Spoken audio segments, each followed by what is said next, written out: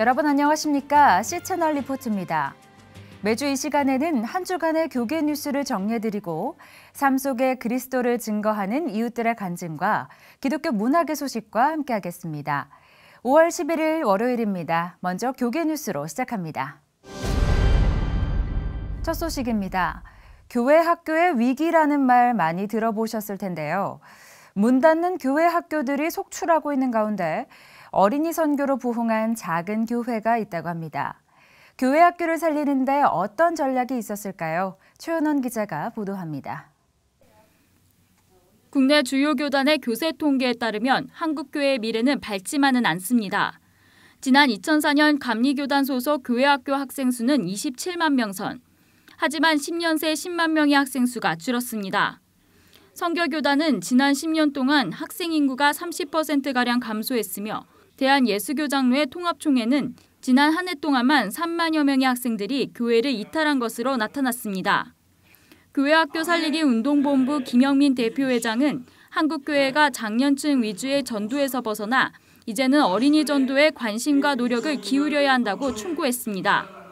한국교회가 지금 문제가 되는 것은 재화와 이런 물질들을 선교에 다 투입하지 않는다고 하는 거죠. 조선족 밀집 지역인 서울 대림동에 위치한 예수마음교회는 개척 10개월 만에 100여 명의 어린이가 함께 예배를 드리는 교회로 성장했습니다. 예수마음교회 김성기 목사는 교회학교 부흥의 비결로 교회가 아이들을 찾아가는 개인전도라고 밝혔습니다. 예수마음교회의 개인전도는 인사하기와 함께 운동하기, 음식 나누기 등 아이들이 교회와 친해지는 데 초점을 맞추고 있습니다. 첫 번째는 예수님이 삭개오에 한 것처럼 인사하는 거고요. 두 번째는 스포츠 놀이를 해주는 겁니다. 예수님이 삭개오 집까지 워킹, 걸어가셨거든요. 산책을. 그걸 운동으로 볼 때 거기서 친숙해졌고요. 세 번째는 친해지는 방법이 먹는 걸 나누는 건데 삭개오 예수님이 같이 식사를 하셨어요. 축구와 응원단, 중창단 등 교회에서 운영하고 있는 동아리들도 아이들로부터 높은 호응을 얻고 있는 사역 중 하나입니다. 앞에 나가서 노래 부르고 친구들이랑 같이 협동해서 노래를 부르는 게 제일 즐거워요. 정말 재밌고요. 다음에 또 이런 기회가 있었으면 좋겠어요. 이처럼 어린이 선교는 아이들과 친해지기 위해 많은 시간과 노력이 필요한 만큼 전담 사역자의 역할이 중요합니다. 예수마음교회의 경우 어린이 선교를 위한 전문 인력을 지역사회와 자원봉사자들의 재능 기부에서 도움받고 있습니다. 찾아간다는 거는 시간을 내는 거거든요. 그러니까 헌신인데 매일 찾아갈 수 있는 사역자, 불타오르는 전도자가 있어야, 그런 교사가 있어야 성공할 수 있는 가능성이 있는 겁니다. 한편 예수마음교회는 교회학교 활성화가 가정의 복음으로 이어질 수 있도록 오는 6월 부모 초청 세미나를 준비하고 있습니다. 찾아오는 교회가 아닌 찾아가는 교회의 모습을 보여준 작은 개척교회의 기적에서 한국교회 미래에 대한 해답을 찾을 수 있을 것입니다. C채널 뉴스 최은원입니다. 중소교회에서 드려지던 세대통합 예배가 요즘은 대형교회에서도 활발하게 드려지는 추세라고 합니다. 세대통합 예배는 세대 간의 교류를 넓힌다는 측면에서 긍정적인 평을 얻고 있는데요. 하지만 극복해야 할 과제도 있습니다. 계속해서 최은원 기자입니다. 세대통합 예배는 2008년까지만 해도 개척교회나 중소형 교회에서 주로 드려졌습니다. 인원이 적기 때문에 세대 간 함께 예배드리는 것이 가능했기 때문입니다. 새로 시작하는 교회에서 할 수 있는 가장 효율적으로 할 수 있는 그런 거죠. 예배 공동체. 라는 개념이기 때문에 숫자적으로 보면 작을수록 훨씬 더 이렇게 해볼 수 있는 여지가 많고요. 하지만 최근 세대 간 단절을 염려하는 목소리가 커지고 교회학교 위기론이 대두되면서 세대통합 예배를 시도하는 대형 교회들이 늘어나고 있습니다. 서울 서초구 사랑의 교회는 매주 토요일에 토요비전 새벽 예배라는 명칭으로 세대통합 예배를 드리고 있으며 가정의 달인 5월 마지막 주 주일에는 기존의 부서별 예배를 온세대 예배로 드릴 예정입니다. 어린이 선교 사역을 활발하게 펼치고 있는 할렐루야 교회도 매달 한 차례 비전 부흥회를 열고 모든 세대가 한자리에 모여 예배를 드리고 있습니다. 이처럼 세대통합예배는 작년과 다음 세대가 신앙을 교류할 수 있는 장이라는 점에서 호응을 얻고 있습니다. 하지만 편부와 편모, 독신가정 등 가족의 개념이 달라지고 있지만 가족 단위 참여를 원칙으로 하고 있다는 점은 세대통합예배가 극복해야 할 점입니다. 또한 상당수 대형교회의 세대통합예배가 정기예배로 열리기보다는 1년에 몇 차례 진행되는 경우가 많아 세대 간에 충분히 신앙을 교류하기 부족하다는 의견도 제기됐습니다. 여기서 말하는 세대 간이라는 거는 믿음 공동체를 말하고, 그러니까 바깥에서는 내가 제 편모인 줄 알았는데 교회 오니까 내가 식구구나 하는 쪽으로 이제 가야 되는 거죠. 그래서 교회 오면 부모가 있는 거죠. 어떤 아버지가 있고 영적인 아버지가 있고 그런 거를 격려할 수 있는 그 예배와 모든 시스템이 돼야 되는데, 전문가들은 세대통합예배가 신앙의 대를 잇겠다는 차원을 넘어 진정한 믿음의 공동체를 구성하는 방향으로 나아가야 한다고 조언했습니다. C채널 뉴스 최은원입니다. 이어서 그 밖의 교계 소식 정리해드립니다. 어린이날이었던 지난 5일 경기도 양주 조명박물관에서 빛나는 어린이 축제가 열렸습니다. 이번 축제에는 빛공예 전시와 라이트 아트 특별전 등 무료 전시를 비롯해 가족들과 함께 즐기는 다양한 놀이마당이 펼쳐졌으며 3만여 명의 관객들이 축제 현장을 찾았습니다. 조명박물관 노시청 관장은 어린이날을 맞아 마련된 이번 축제로 아이들이 즐거운 추억을 남기고 빛의 아름다움을 체험하길 바란다고 밝혔습니다. 앞으로도 빛을 건강하게 가까이 잘 활용하는 기회가 되고 빛을 갖고 아이들을 기쁘게 해주는데 도움이 되고자 이런 행사를 하게 됐습니다. 강남구민들이 자발적으로 구성한 코엑스 영명 추진위원회가 부정확한 여론조사와 부족한 지하철 영명 제정 기준 등을 근거로 지하철 9호선 봉은사 영명 개정을 촉구했습니다. 추진위는 지난 6일 기자회견에서 이같이 밝히고 강남구청이 지난해 홈페이지에서 실시한 여론조사는 조작된 것이라고 말했습니다. 또 인근 코엑스는 각종 국제회의가 열리고 있고 하루 10만 명 이상 왕래하는 곳으로 코엑스 영명이 합당하다고 덧붙이며 봉은사 영명 제정을 철회할 것을 거듭 촉구했습니다. 예수교대한 성결교회가 오는 11일부터 사흘간 일정으로 제94회 정기총회를 개최합니다. 올해 임원 선거는 총회 둘째 날 오전 시작되며 이 취임식은 따로 마련하지 않고 폐회 때 진행할 예정입니다. 올해는 특히 모든 임원 선거 후보가 단독 출마했으며 이는 지난 2007년 교단 100주년을 기념해 후보를 단일화한 것에 이어 두 번째입니다. 이 밖에도 예성은 올해 총회를 통해 사회폭력과 이단, 동성애, 환경 문제 등 11개 부문에 대한 결의문을 채택할 계획이라고 밝혔습니다. 대한예수교장로회 합동총회가 오는 11일부터 사흘간 제52회 전국 목사장로 기도회를 엽니다. 영성회복과 민족의 평화통일을 대망하라를 주제로 열리는 이번 기도회는 전국 목회자와 장로 등 3천여 명 이상이 모일 것으로 보입니다.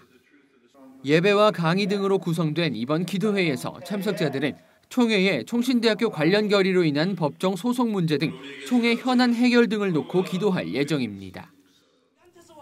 인류효도 회복 계승대회가 지난 8일 광화문 광장에서 어버이날을 맞아 효정신을 회복하고 전 세계의 효문화를 알리는 제1회 인류효도 회복 계승대회를 개최했습니다. 이번 대회에는 누가선교회와 세계한인재단 등 기독교 관련 단체와 시민단체 20여 곳이 참여했으며 감사예배와 기념식, 효자효부상 시상, 잔치마당 등의 순서로 진행됐습니다. 대한언론인회 제재명 명예회장은 우리나라의 아름다운 전통유산인 효정신을 회복하고 세상 모든 부모의 사랑을 기리는 행사가 되길 바란다며 축사를 전했습니다. 주최 측인 효도회복 계승대동회는 이번 대회를 시작으로 나부터 효도하자 실천운동을 전개해 나갈 계획입니다. 올해로 창립 40주년을 맞은 방파선교회가 이달 말 감사선교대회를 개최하겠다고 밝혔습니다. 방파선교회는 지난 8일 설명회에서 이같이 밝히고 타송 선교사와 가족들을 초청해 재교육과 선교 보고, 정보 교환 등을 진행할 예정이라고 전했습니다. 또 선교사를 후원하는 교회와 미자립 교회를 방문해 설교와 선교 보호 등을 통해 동역의 의미를 확장하고 선교 비전을 나눌 계획입니다. 이번 선교대회의 전체 일정은 오는 17일부터 닷새간 진행되며 특히 21일 한국교회 100주년 기념관에서의 선교대회를 통해 각 선교 보고와 시상식 등을 진행할 예정입니다. 숭실대학교가 통일 관련 연구와 교육활동 지원을 위해 재단법인 통일한국세움재단을 설립했습니다. 숭실대는 지난 8일 재단 설립 감사 예배에서 이같이 밝히고 남북 간의 평화 통일에 관한 연구와 교육을 후원하는 등 각종 사업들을 수행할 계획이라고 설명했습니다. 재단의 구체적인 사업으로는 숭실평화통일연구원의 연구활동과 학술교류 등의 지원사업, 숭실통일리더십연수원의 학생통일교육 지원사업 등입니다. 초대 이사장에는 재미사업가인 신대용 미국 DSE 회장이 선임됐습니다. 숭실대 한원수 총장은 기독 청년들이 통일을 주도하는 일꾼으로 성장할 수 있도록 지원하겠다고 전했습니다. 어린이들만을 위한 공연 문화가 부족하다는 이야기들 참 많이 합니다. 누구나 그 필요성은 느끼지만 여전히 환경은 열악하기만 한데요. 그럼에도 어린이 공연 문화를 꾸준히 섬기고 있는 분이 있습니다.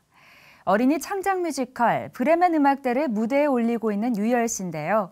테마 인터뷰 그레이스에서 만나보겠습니다. 지난 10년간 꾸준히 무대에 올려졌던 어린이 창작 뮤지컬 브레멘 음악대. 무대 위에 동물 친구들과 함께 똑같이 박수치며 따라오는 아이들. 이 아이들과 함께 어느새 10여 년의 시간을 보낸 유열 씨.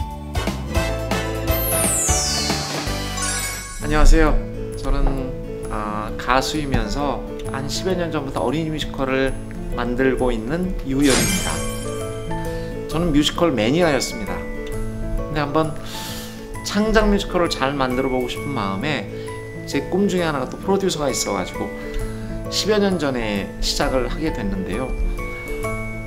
무엇보다 어린이 뮤지컬이 제일 기본이라고 생각해서 시작을 했고, 근데 해보니까 이게 되게 전문적인 영역이고 아이돌 뮤지컬도 잘 만들고 다른 것도 잘 만들고 많은 걸 잘하기에는 그 시간이 너무 부족하다는 생각이 들어서 좀 더 전문적이고 집중적으로 한번 이 일을 잘해보고 싶은 마음에 지금 열심을 하고 있는 중입니다. 독일 그림 형제 동화죠. 많은 분들이 알고 계시고 전 세계도 많이 알려져 있는 브레멘 음악대를 저희가 창작 뮤지컬로 만든 거고요. 한번 우리 아이들의 이야기를 이 안에 담아 넣을 수 있다는 생각도 들고, 이런저런 이유로 아이들은 자꾸 주문도 많이 받고 꾸지람도 받게 될 수도 있는데, 아이들 모두 소중한 존재다. 그리고 이 아이들의 브레멘으로 가는 여행길 안에서 서로 친구도 되고 소통도 하고, 그리고 함께라는 가치를 찾을 수 있는, 좀 그걸 여운으로 가질 수 있는 그런 뮤지컬을 만들어 보고 싶었습니다. 아마 관객들 중에 최고의 몰입도는 아이들이에요. 아이들은 정말 극 속에 빠져들고 아이들의 정서에 오래도록 남을 겁니다. 아이들을 창의적이고 또 정서적으로 그리고 전인적인 성장에 기여할 수 있는, 제 말이 아니고 많은 학자들이 이미 그렇게 말씀하셨거든요. 이 무대극을 만나게 하는 거는 굉장히 중요한 일입니다. 2009년에 저희가 브레멘 주정부로부터 한국에서 만든 브레멘 음악대의 초청 연락을 받은 거죠. 정말 기쁘게 이제 독일 오펜바흐하고 그 브레멘을 가서 공연하고 왔는데, 그 브레멘 광장에 매주 일요일마다 트럭이 와서 작은 트럭이 열리고 공연을 30분 정도로 하는 거예요. 아이디어다 싶었습니다. 그래서 보통 우리가 뮤지컬 하면은 뮤지컬 티어터가 아니면 못 만나게 되잖아요. 시골 산간 지역에 있는 초등학교에 가서 오후 한 4-5시경에 트럭이 열리고 공연을 하면 얼마나 예쁠까. 그래서 3년 전에 만들게 되었습니다. 문화 나눔 공연으로 만들었습니다. 어떤 부분에서는 성공이고요, 어떤 부분에서는 그렇지 못합니다. 그러니까 지난 10여 년간 70만 명 이상의 관객이 와주신 건 정말 감동적인 성공입니다. 그런데 저희가 경제적으로는 그렇지 못하고요. 어른 작품들과 비교해서 큰 차이가 나지 않음에도 불구하고 티켓 가격들이 저희는 저렴하고, 나라에서 어려운 일이 생기면 제일 먼저 줄이는 게 공연이거든요. 그때마다 기획사들은 또 정말 더 힘든 고비들을 넘어야 하고, 그래도 어린이 공연의 중요성에 대해서 같이 공감해 주신 또 기업들의 후원이나, 또 저도 계속 가수 활동을 하니까 거기서도 투자할 수 있었고, 그렇게 고비를 넘어왔습니다. 어린이들을 위한 공연 문화가 절대적으로 부족한 우리나라에 어린이 창작 뮤지컬 역사를 새롭게 써온 그가 무대에 대한 꿈을 하나하나 이룰 수 있었던 건 오래전 그를 만나주신 하나님 때문이었습니다.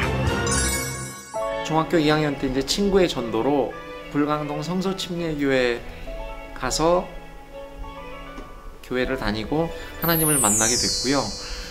대학가요제 때도 제가 기도의 제목은 그거였었어요. 상이 아니라 제가 만든 노래를 한번 무대에서 본선에 올라서 노래할 수 있는 그 기회를 주십사 하는 기도를 했는데 그게 됐고, 그래서 본선에 가니까 제 꿈을 이룬 거잖아요. 그래서 다른 기도를 안 하고 그때는 제가 다른 목적이 아닌 제 노래를 떨지 않고 부를 수 있게 해달라는 기도를 했는데 대상을 받았죠. 그때.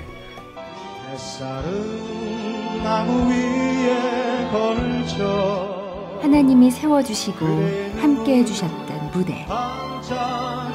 그래서 더 빛나고 아름다운 시간이었습니다. 기도 이상을 들어주셔서 제가 또 감동적인 그런 조언을 더 했고, 그리고 개인적으로 크게 제가 힘든 적이 있었거든요. 데뷔한 몇 년 후에 제가 큰 사고도 나고 아버님이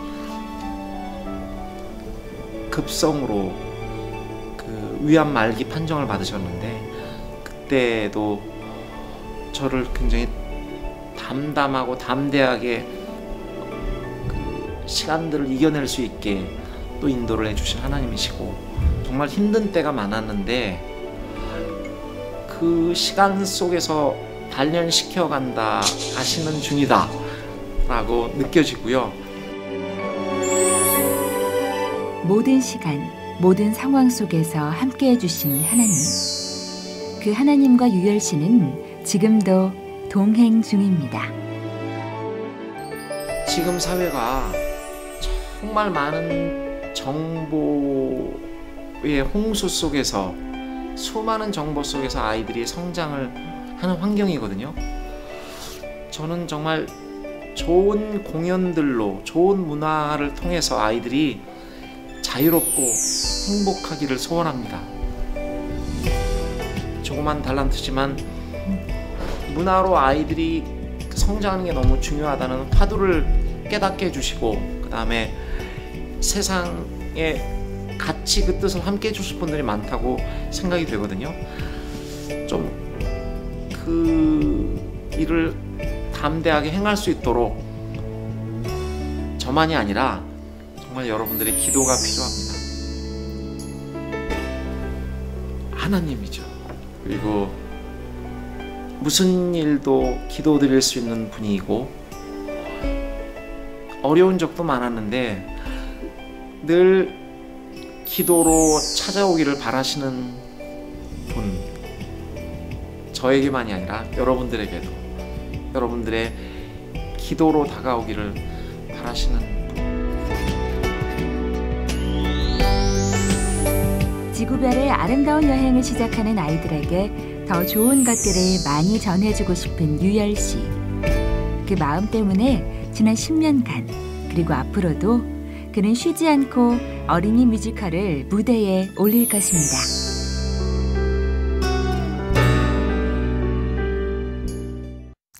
때로는 책이나 영화 속 대사 한마디에 자신이 갖고 있던 오랜 문제가 해결되기도 하고, 그 감동 때문에 힘을 얻게 되기도 합니다. 우리말이 아닌 외국어로 된 책이나 영화를 우리 정서로 바꿔서 감동을 만들어내는 번역 작가들의 영향력은 정말 큰데요. 최근 개봉된 신은 죽지 않았다. 그리고 많은 사람들에게 사랑을 받은 영화 먹고 기도하고 사랑하라 등 다수의 영화를 번역한 작가 이진영 씨를 테마 인터뷰 그레이스에서 만나봤습니다. 제2의 창작이라고 부르는 번역. 한 작품당 많게는 2,000개가 넘는 대사들을 맛깔나는 한국말로 바꿔내는 언어의 마술사 이진영 작가. 그녀를 통해 수많은 영화들이 우리에게 다가왔습니다. 안녕하세요. 저는 영화 번역 작가로 일하고 있는 이진영이라고 합니다. 반갑습니다. 제가 예전에 대사관 근무를 했었거든요. 그래서 이제 작은 유럽 대사관이었는데 이제 인원이 작다 보니까 이제 제가 번역도 하고 통역도 하고 영사, 문화, 사절단 뭐 그런 여러 가지 일을 맡았었어요. 그랬는데 번역을 하다 보니까 좀 재밌어서 그 이후에 번역을 좀 배워서 해야 되겠다라는 생각이 들어서 한 방송사 아카데미에서 살짝 공부를 하고 그 이후로 이제 영화 번역을 본격적으로 하게 됐죠. 16년이 됐는데도 최근에 또 새로운 작품을 의뢰받으면 처음 그 영화를 볼 때 되게 설레고 떨리고 되게 좋아요. 어떤 장르이든지 상관없이. 제가 번역한 어떤 대사를 누군가가 감동적이라고 제가 모르는 저의 측근이 아닌 사람이 인터넷에 올렸거나 이 대사가 되게 감동적이었다는데 원래 그 뜻이 아니었거든요. 제가 물론 이제 기본적인 의미는 같은 건데 의역을 해서 그 영화 스토리에 맞게 이제 제 나름의 의역을 했는데 그게 그 장면이 그분에게 감동을 줬다라고 글을 뭐 쓰시는 걸 아주 가끔 어쩌다 번입니다. 보면 내가 그 사람에게 감동을 주는데 좀 도움을 줬구나 라는 걸 느낄 때 보람이 있고요. This is philosophy 150. I'd like to bypass census debate altogether and jump to the conclusion, which every sophomore is already aware of, there is no God. 충격적이었고요. 왜냐하면 충격이라는 게 어떤 장면이나 스토리가 너무 뭐 임팩트가 강했다 그런 거라기보다는 주인공 그 조씨가 그렇게 용감하고 당당하게 그리고 진지하게 고민하면서 내가 하나님의 그 자녀라는 것을 사람들 앞에서 그렇게 말하는 과정. 그러니까 현실적으로는 많은 불이익이 있을 수도 있는 거잖아요. 거기서 주인공이 또 로스쿨에 가려고 하니까. 그런데 그걸 과연 내가 포기하고 할 수 있을까 그런 생각을 하면서 좀 깊이 반성하게 됐죠. 많은 철학적 얘기가 나와서 그거를 어떻게 전달할 것인가가 굉장히 큰 어려움이었던 것 같아요. 짧게 번역해서 사람들이 이해를 해야 되기 때문에 굉장히 많이 수정을 했던 것 같아요. 쉽게 번역하려고. 많은 메시지를 담아야 하지만 주어진 시간은 2시간 남짓. 그녀가 맛깔스러운 대사로 관객들의 마음을 사로잡았던 것처럼 그녀에게 감동으로 다가온 주님과의 만남이 있었습니다. 대학교 2학년 때 좀 개인적으로 힘든 일이 많아서 그때 좀 고민을 하며 우울한 나라를 보내고 있었는데 학교 가는 버스에서 옆에 친구가 앉았는데요. 친하지 않았는데 걔가 성경 암송구절 카드를 꺼내서 그게 뭐냐고 물어보면서 이런저런 얘기를 하다가 이제 그 친구는 사역가였고 저는 영문과였는데 그 친구를 따라갔어요. 그 사역가 기독교 모임에. 그래서 그게 시작이 되었어요. 사실은. 개념이 아닌 살아계신 분, 그리고 누군가 나를 끊임없이 사랑한다고 하는 그 절대적 존재에 대한 느낌이었던 것 같아요. 왜 살아야 하는가, 내가 무엇을 바라봐야 하는가를 고민했을 때 그것만큼 명쾌한 대답은 없었던 것 같고요. 이제 살아가면서의 하나님은 이런 표현이 어떨지 모르겠지만 그냥 저를 웃게 만드시는, 행복하게 해주시는 분인 것 같아요. 예. 안 좋은 일이 물론 있죠. 저도 힘든 일이 지금도 있고 예전에도 있었고 앞으로도 많겠죠. 근데 그런 것에 이렇게 제 자신이 매여 있지 않고 일단 그 순간 힘든 시간을 살짝 지나고 나면 내가 무엇을 여기서 배워야 하는가, 하나님이 여기서 나한테 뭘 얻으라고 하시는 걸까, 그리고 하나님은 결국에는 나에게 뭔가 좋은 걸 주실 텐데 그 좋은 게 뭐 물리적인, 가시적인 좋은 게 아니더라도 좋은 걸 주실 텐데 그게 뭔지 내가 찾아야겠다. 하나님이 주신 좋은 선물을 내 인생에서 발견하는 것. 그 의미 있는 일들을 이뤄가기 위해 이진영 작가가 시작한 일이 있었습니다. 제가 대학교 때 같이 성경 공부하던 친구가 주일학교 봉사 이제 선생님 하면서 저를 데려갔었어요. 그 보육원에, 보육원 안에 교회죠. 멋모르고 따라갔다가 그냥 애들이 너무 예뻐가지고 이제 몇 년을 봉사를 했어요. 제가 번역했던 어떤 영화가 그 미혼모가 이제 친아이를 찾아서 여행 가는 얘기거든요. 그래서 그 영화를 번역하면서 이걸 어떻게 이 보육원 아이들을 돕는데 연계를 한번 해봐야 되겠다. 유료 시사회로 기획을 해서 모금을 해서 그걸로 보육원 아이들 중에서 연고자가 없는 애들은 연고자 방문기관에 갈 곳이 없거든요. 그래서 그때 캠프를 갈 수 있도록 그 교회에다가 헌금을 했죠. 그래서 작년 여름에 홍천 갔다 왔고요. 올 1월에 워터파크 갔다 왔고, 네, 올해 여름에도 이제 홍천 아마 갈 거예요. 조금만 붙잡아주고 조금씩만 기다려주면 모든 것이 가능한 아이들. 그 아이들의 희망을 통해 이진영 작가는 또 다른 꿈을 꾸게 되었습니다.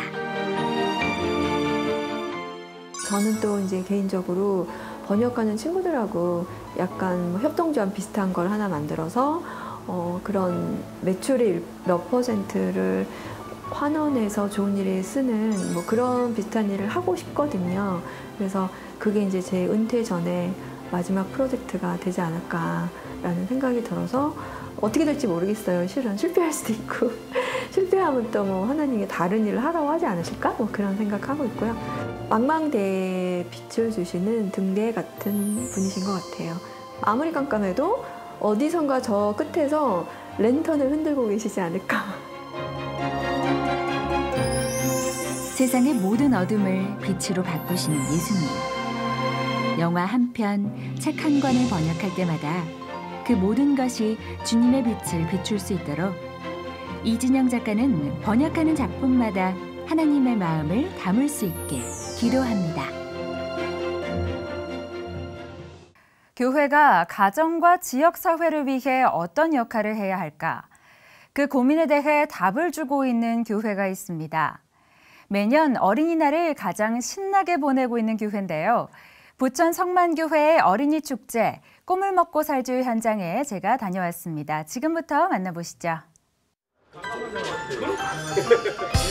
옹기종기 모인 사람들.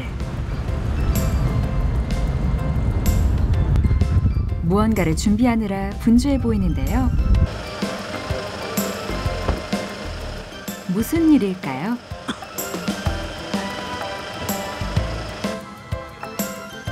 어린이들을 위한 놀이시설은 많아지고 있지만 정작 가족들이 함께 할 만한 공간은 많지 않은 현실. 이 같은 고민을 해결하기 위해 교회들이 어린이날을 맞아 무료로 제공하는 대규모 가족 행사. 바로 이곳은 꿈을 먹고 살지요의 현장입니다. 5월 5일 날 아이들은 어디 나가고 싶고요. 부모님들도 굉장히 빚진 마음이 되는 것 같습니다. 근데 사실 나가면 뭐 대한민국 땅이 넓지 않으니까 다 이렇게 주차장이 되죠. 그리고 놀이공원 가면 가지만 막상 너무 피곤해서 어떤 보람이랄까 아이들과 같이 하는 것보다는 나중에 돌아오는 발걸음들은 대부분 다 짜증입니다. 근데 저희 교회가 지역사회를 섬긴다 그러는데 대학교 축제를 맨 처음엔 아이들한테 맞췄어요. 2,000명, 5,000명, 8,000명, 지금 이제 3만 명이 넘는 행사가 됐고요. 온 가족이 와서 아이들도 행복하고 어른들도 행복하고 자유롭게 아주 재밌게 행복하게 또 대화도 할 수 있는 그런 축제입니다. 2001년 부천 성만교회에서 시작된 꿈을 먹고 살지요 행사는 올해 14회째를 맞았다고 하는데요. 특히 성만교회는 꿈을 먹고 살지요를 진행하며 쌓아온 노하우를 지역 교회들에게 전수하고 있습니다. 이 뜻에 공감한 교회들이 각자의 지역에서 같은 행사를 개최하고 있는 겁니다. 올해는 성만교회를 비롯해 예수마을교회, 원천교회, 광진명성교회, 온세계교회, 서울 참빛교회, 창원 기쁨의 교회 등에서 저마다 다양한 주제와 방식을 가지고 꿈을 먹고 살지요 행사를 계획했는데요. 2013년 전국적으로 무려 40만 명 정도가 참석했다고 하니 올해 행사 규모도 기대가 되죠. 지금은 뭐 창원, 부산 이렇게 지역으로 그래서 저희가 그냥 봐서는 잘 안 되는 것 같고요. 성도들을 모시고 오세요. 그리고 저희들이랑 같이 한번 다양한 경험을 해보세요. 그리고 그 다음에 시작하세요. 그래서 저희가 1년에 한 교회씩 이렇게 모여서 같이 해보고 그 다음에 열고 이렇게 지금 하고 있습니다. 교회 학교가 무너져가고 있는 시대. 꿈을 먹고 살지요는 무엇보다 꿈을 잃어버린 다음 세대에게 교회가 꿈을 갖게 하는 곳이 되기를 바라는 마음에서 시작됐다고 합니다. 시골에 아이들 울음소리가 없을 때 적막하고 공동묘지가 되는 것처럼 교회에서도 아이들의 웃음소리, 아이들이 뛰노는 소리 이런 것들이 없어지면 분명하게 역동성과 생동감이 떨어질 수밖에 없습니다. 우리는 그걸 먼저 좀 생각할 수 있어야 될 것 같습니다. 올해도 다양한 프로그램들이 준비되는데요.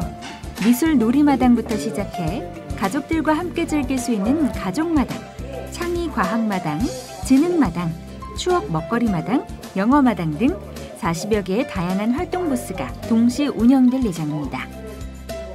가운 쓰기도 있고요. 온 가족이 같이 사진 촬영하는 것도 있고요. 뭐 페이스 페인팅, 달고나, 물풍선 터뜨리기, 뭐 전통적인 맷돌도 돌려보고, 절구질도 해보고, 그런 떡매도 좀 쳐보고, 체험하고 함께하고 또 과학, 탐구마당, 미술마당 이렇게 좀 저희가 다양한 무대 한 30여 개 정도 부스를 만듭니다. 꿈을 먹고 살지요는 지역사회를 섬기고자 하는 교회 사역의 일환이기도 한데요. 각 시를 대표하는 어린이 축제로 자리매김하면서 소방서와 경찰서, NGO의 참여가 이어지는 것은 물론 시 차원의 지원도 늘어나고 있다고 합니다. 교회가 그 지역사회와 저는 보이지 않는 담이 쳐져 있다고 생각을 했습니다. 근데 이것을 들고 저희가 마당으로 나와보니까 세상에 많은 사람들이 다 오는 겁니다. 근데 저희가 이게 교회가 한다고도 사실 하지 않아요. 꿈을 먹고 살지요라는 타이틀이라서 교회는 될 수 있으면 감춥니다. 근데 끝나고 가면 다 그 교회에서 성만교회에서 다 알지요. 그러니까 이렇게 소통할 수 있고 교회가 지역사회를 참 어른이나 애들이나 다 어울려서 행복하게 할 수 있는 섬김이 있는 것, 이게 꿈을 먹고 살지요 같습니다. 하나님께서 주신 가장 사랑스러운 공동체이자 놀이터. 어쩌면 그것은 바로 교회일지도 모릅니다. 어린아이부터 할머니에 이르기까지 함께 어울릴 수 있는 공간. 보이지 않는 담을 허물어 지역사회와 소통하는 공간. 아이들과 가족들의 웃음이 끊이지 않는 공간. 그 공간에서 아이들과 함께 우리도 꿈을 키워볼까요? 지금은 아이들의 꿈이라면 무슨 장래 소망, 우리가 장래 하고 싶은 직업, 장래 이루고 싶은 어떤 것 이렇게 사실 생각하기 쉬운데요. 신앙 안에서는 하나님이 자기에게 뭘 맡기셨는지 소명을 찾아가는 거라고 생각을 합니다. 그래서 다양한 경험들을 사실 좀 교회에서 하게 하고 이렇게 어울림이라는 거, 아이들끼리 이렇게 놀면서도 공동체성 그 가운데서 관계이니까 그 아이가 내가 뭘 해야 되는구나 이렇게 차츰차츰 알아가면 나중에 자기의 어떤 꿈을 성취하는데 조금 도움이 되지 않을까 생각합니다. 5월 5일 전국적으로 펼쳐지는 웃음 가득한 교회 섬김 축제. 원하는 사람은 누구든 자원봉사로 함께 할 수 있다고 하니까요. 함께 참여해 보시는 것도 좋을 것 같습니다.